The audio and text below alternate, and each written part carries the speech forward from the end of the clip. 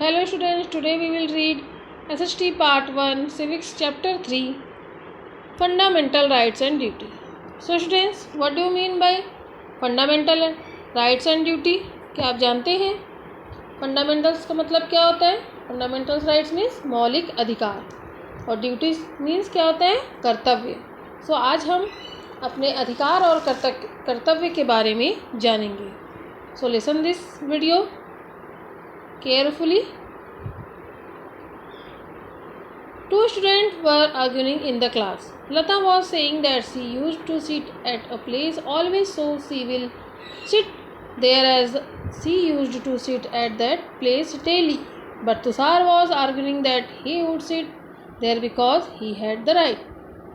At that time, teacher entered the class and asked both of them the reason for argument. On listening to both, the student teacher told them that every student had equal right in the school. Nobody has special place to sit, so anyone can sit anywhere and can study. Therefore, Lata can sit at the place of Tushar and Tushar can sit at the place of Lata. Because Tushar had come to class earlier, so he had the first right to sit anywhere as he wished.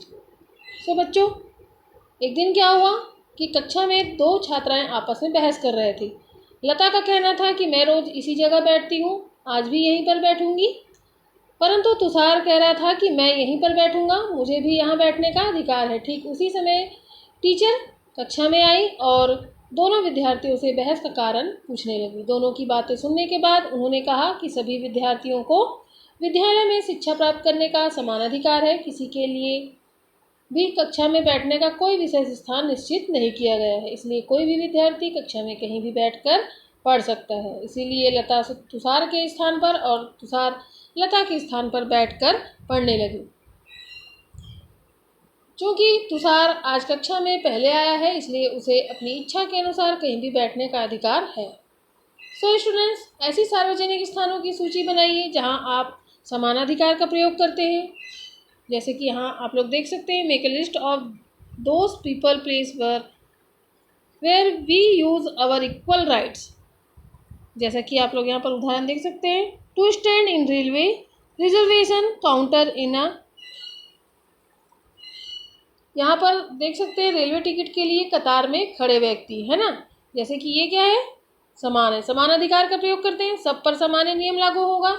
जो कतार में पहले खड़ा है उसे पहले ticket मिलेगी. इसी प्रकार से आप लोग यहाँ पर उस स्थानों की सूची बनाइए जहाँ पर सार्वजनिक उपयोग होता है.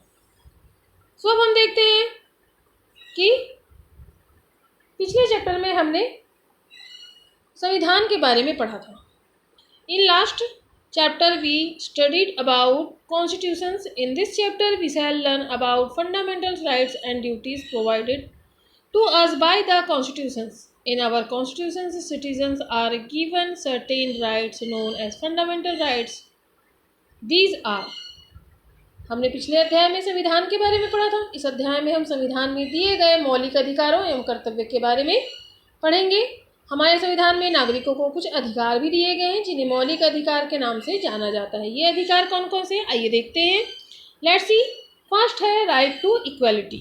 मीन्स क्या होता है, समानता का अधिकार. The meaning of this fundamental rights is that every person is equal before law.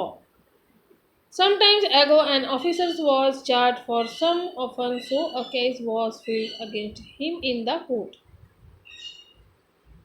Till his matter was in the court, he had to go to court daily. An officer or politician cannot show his power or influence in the court. बच्चों, मौलिक अधिकार का अर्थ है देश के कानून के सामने सभी नागरिक समान होते हैं. जैसे कुछ समय पहले एक अधिकारी पर अपराध के संबंध में मुकदमा चला. जब तक मामला अदालत में था, उन्हें सामान्य नागरिक की तरह अदालत में जाना पड़ता था. ऐसा नहीं होना चाहिए कि कोई भी अधिकारी या राजनीतिज्ञ अपने पद का प्रभाव दिखाकर अदालत को प्रभावित कर सके. यहाँ पर आप लोग इस पिक्चर में देख सकते हैं कि हमारे जो फंडामेंटल राइट्स कौन कौन से हैं. जैसे हमने अभी क्या पढ़ा, राइट टू इक्वलिटी, कि हर इंसान क्या है, समान है ना, समानता का अधिकार है हमें, संविधान से हमारे कॉन्स्टिट्यूशंस में समानता का अधिकार हमें प्राप्त है। संविधान में देश के सभी नागरिकों के लिए समता की बात कही गई है। उदाहरण के लिए जैसे नौकरी में, चाहे वह सरकारी नौकरी हो या गैर सरकारी हो, व्यक्ति को जाति धर्म के आधार पर कोई यह नहीं कह सकता कि आप किसी जाति विशेष के हैं इसलिए आपको नौकरी नहीं मिल सकती। संविधान में छुआछूत को कानूनी रूप से अपराध घोषित किया गया है। किसी भी नागरिक को सार्वजनिक संस्थाओं जैसे अस्पताल, स्कूल, कॉलेज, मंदिर, दर्शनीय स्थलों, इमारतों, पर्यटन स्थल में प्रवेश एवं इस्तेमाल करने से भी नहीं रोका जा सकता है। Was it discussed about equality in the goals of constitutions what was disclosed about the equality? यहाँ समानता के कौन से अधिकारों पर चर्चा की गई है? संविधान की उद्देशिका में समता के बारे में क्या कहा गया है? नीचे लिखी बातों में से कौन कौन सी बातें समता के अधिकारों का हनन है, चर्चा कीजिए। यह भी कक्षा में यह भी चर्चा करें कि ये क्यों समता का हनन माने जाता है। आइए देखते हैं, जैसे कि in some houses some utensils were kept aloof for the use of some other community people। कुछ घरों में कुछ खास समुदाय के लोगों के लिए अलग से बर्तन रखे जाते हैं, क्या ये ठीक है? And in public place while fetching drinking water some people object if their utensil touch other people utensil। Means सार्वजनिक स्रोत से पानी भरते समय कुछ लोग अपना बर्तन दूसरे के बर्तन से छू जाने पर ऐतराज करते हैं। क्या ऐसा होना चाहिए? क्या ये समानता का अधिकार में गिना जाएगा? नहीं। अभी हमने देखा समता का अधिकार, समानता का अधिकार। अब हम देखते हैं सेकंड, कौन सा अधिकार है? राइट टू फ्रीडम मीन्स स्वतंत्रता का अधिकार। There is always a difference between two peoples, their behaviour, character and point of view. जो दो व्यक्तियों के स्वभाव में, चरित्र और दृष्टिकोण में अंतर तो होता ही है, ये आपने देखा है, अतः उनके क्रियाकलापों में भी भिन्नता होगी ही। सभी व्यक्ति एक ही व्यवसाय पर व विचार में रुचि नहीं रख सकते, ये तो आप भी जानते हैं। उन्हें इच्छानुसार मौके नहीं मिलते, अतः उन्हें अपने विचार, निवास, व्यापार व व्यवसाय का भी स्वतंत्रता संविधान में दी गई है। In our constitutions people were given right to live with their own dignity. हमारे संविधान में व्यक्ति को गरिमापूर्ण जीवन जीने का अधिकार प्रदान किया गया है। They can not be arrested और restricted in any manner. According to the law and order, a criminal can be prisoned। Means जैसे हमें गरिमापूर्ण जीवन जीने का अधिकार प्रदान संविधान ने दिया है। मनमाने ढंग से, जैसे किसी भी इंसान को मनमाने ढंग से गिरफ्तार नहीं किया जा सकता, उसे देश के कानून के अनुसार एक निश्चित प्रक्रिया के द्वारा ही किसी अपराध के लिए बंदी बनाया जा सकता है। किसी भी व्यक्ति को अपनी इच्छा के अनुसार कहीं भी आने जाने एवं रहने बसने का अधिकार है। जैसे छत्तीसगढ़ में फॉर एग्जाम्पल, जैसे छत्तीसगढ़ में अधिकांश व्यक्ति काम की तलाश में दूसरे राज्यों में जाते हैं, इसी प्रकार दूसरे राज्यों से कई व्यक्ति छत्तीसगढ़ में आकर निवास करते हैं, है ना।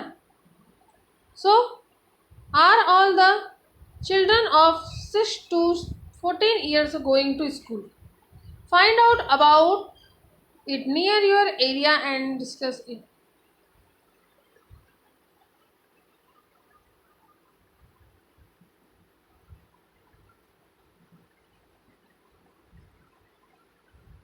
नेक्स्ट राइट है हमारा, नेक्स्ट अधिकार है राइट अगेंस्ट एक्सप्लॉयटेशन मीन्स शोषण के विरुद्ध अधिकार। Exploitation means taking advantage of one problem and not giving actual wages of his work.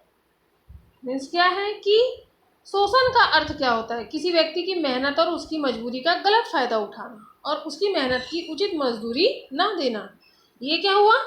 ये शोषण हुआ।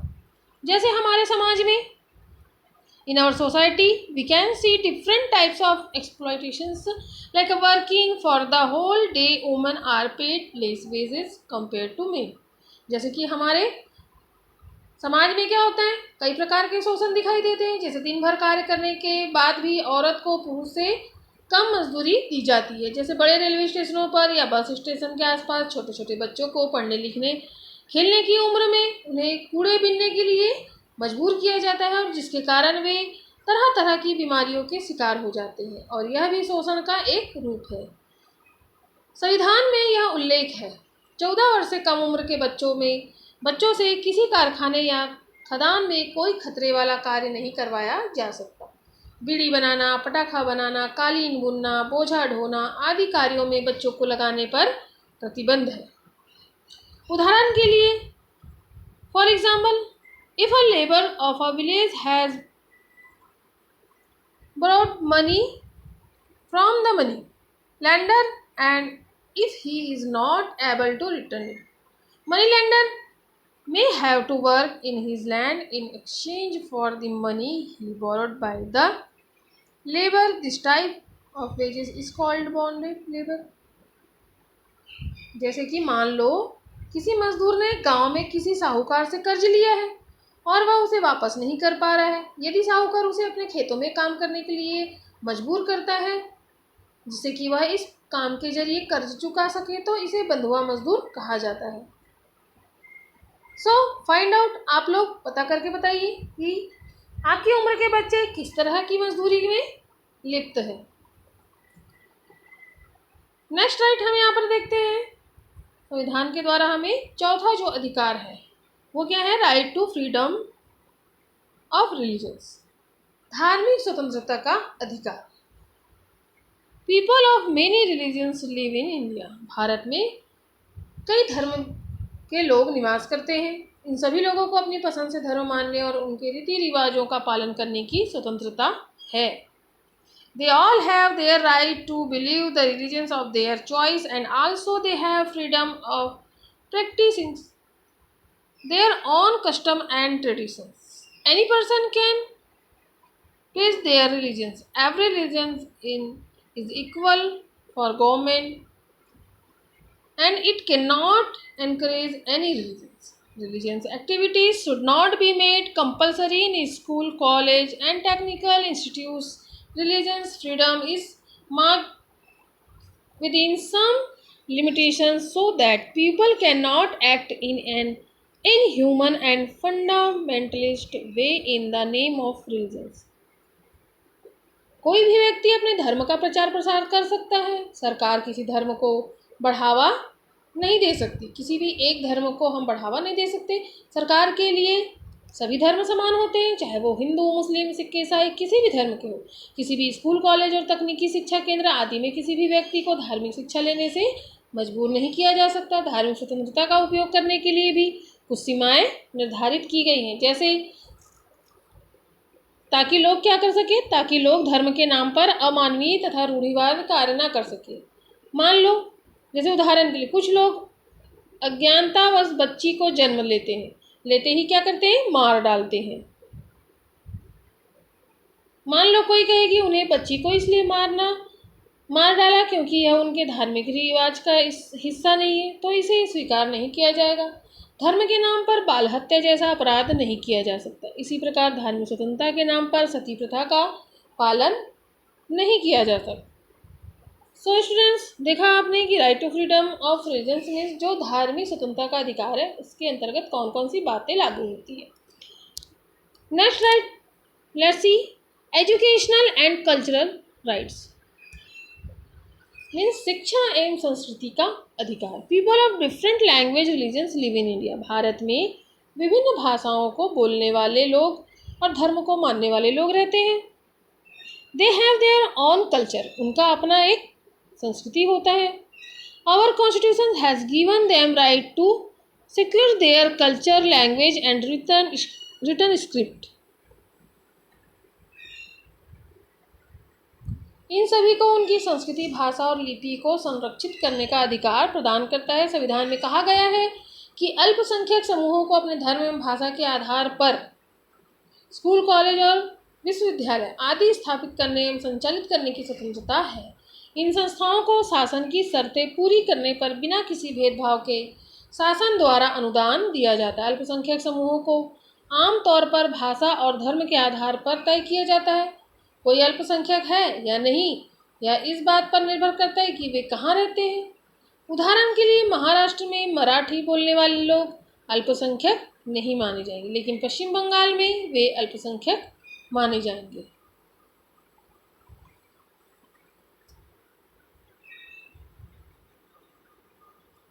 नेक्स्ट राइट है राइट टू कॉन्स्टिट्यूशनल रिमेंडेशंस, संवैधानिक उपचारों का अधिकार।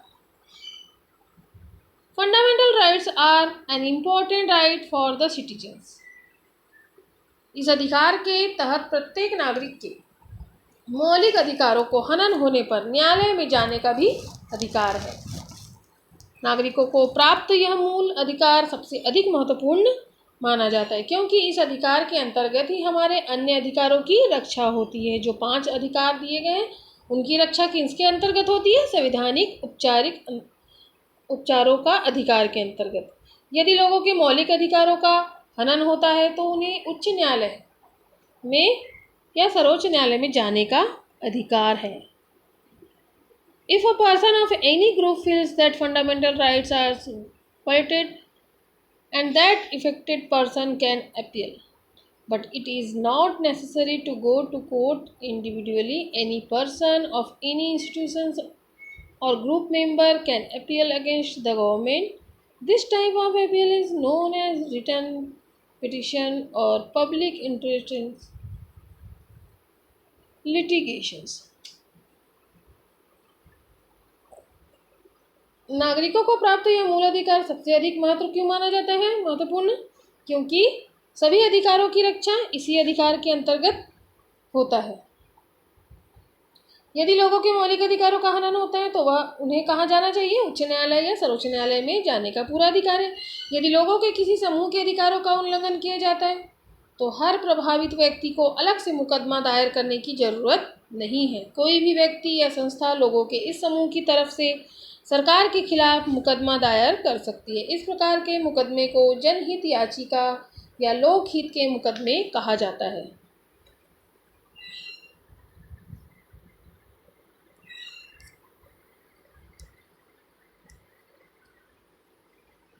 सो स्टूडेंट, देखा आपने कि जो हमें संविधान से कितने प्रकार के अधिकार प्राप्त हैं? 6 प्रकार के अधिकार प्राप्त हैं। समानता का अधिकार, स्वतंत्रता का अधिकार, शोषण के विरुद्ध अधिकार, धार्मिक स्वतंत्रता का अधिकार, शिक्षा का एवं संस्कृति का अधिकार, संवैधानिक उपचारों का अधिकार। कहना देखते हैं बेसिक ड्यूटीज ऑफ सिटीजन्स। हमें अधिकार तो मिल गए, पर हमें क्या करना चाहिए? हमें कुछ कर्तव्य का भी पालन करना पड़ता है। जैसे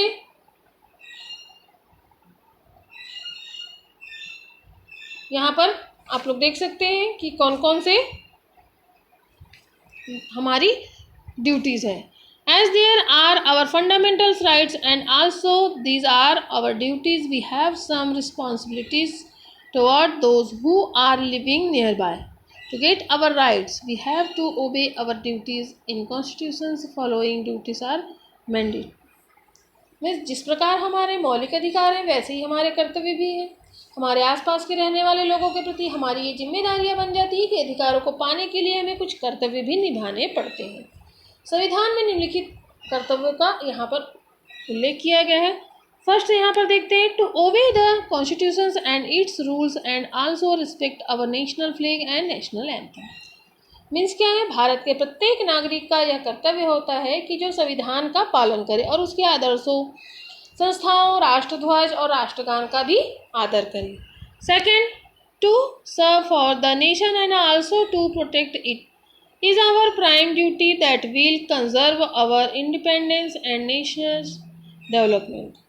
स्वतंत्रता के लिए हमारे राष्ट्रीय आंदोलन को प्रेरित करने वाले उच्च आदर्शों को हृदय में संजोए रखें और उनका पालन करें। थर्ड ड्यूटी क्या है? To maintain independence, unity and integrity of nations is our duty. It leads to friendship and cooperation. भारत को प्रभुता, एकता और अखंडता की रक्षा करे और उसे अक्षुण्ण बनाए रखे। Fourth, we should respect all the religions, language and cultures. देश की रक्षा करें और आह्वान किए जाने पर क्या करना है? राष्ट्र की सेवा करें। भारत के सभी लोगों में समरसता और समान भ्रातृत्व की भावना का निर्माण करें, जो धर्म, भाषा और प्रदेश या वर्ग पर आधारित सभी भेदभाव से परे हो। ऐसी प्रथाओं का त्याग करें जो स्त्रियों के सम्मान के विरुद्ध है। To protect our environment is our compulsory duty. Without a clean environment, the thought of healthy human life is not possible.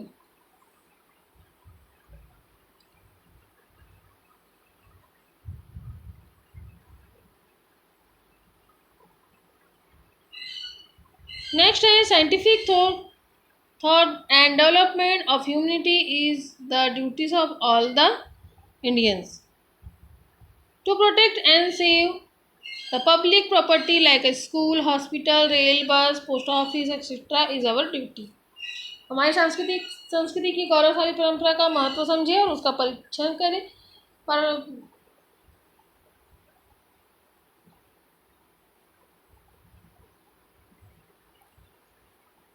और हमें सार्वजनिक संपत्ति की सुरक्षा भी करना चाहिए।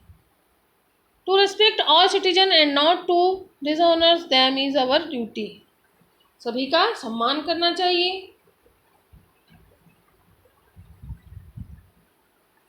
It is compulsory duty of all parents और guardian to avail the opportunity to educate the child below 14 years. 6 से 14 वर्ष के बच्चों को शिक्षा प्राप्त करने के अवसर अभिभावकों द्वारा ही प्रदान करना चाहिए। व्यक्तिगत और सामूहिक गतिविधियों के सभी क्षेत्रों में उत्कर्ष की ओर बढ़ने का सतत प्रयास करना चाहिए, जिसे राष्ट्र निरंतर बढ़ते हुए प्रयत्न और उपलब्धि की नई ऊंचाइयों को छू ले। और बच्चों, जैसे हमें प्राकृतिक पर्यावरण को, जिसके अंतर्गत वन, झील, नदी और वन्य जीव है, रक्षा करना चाहिए। वैज्ञानिक दृष्टिकोण, मानववाद और ज्ञानार्जन तथा सुधार की भावना का विकास करना चाहिए। इस प्रकार हमें भारत के संविधान से कुछ अधिकार भी प्राप्त हैं, तो कुछ हमें कर्तव्य भी निभाने पड़ते हैं। ओके।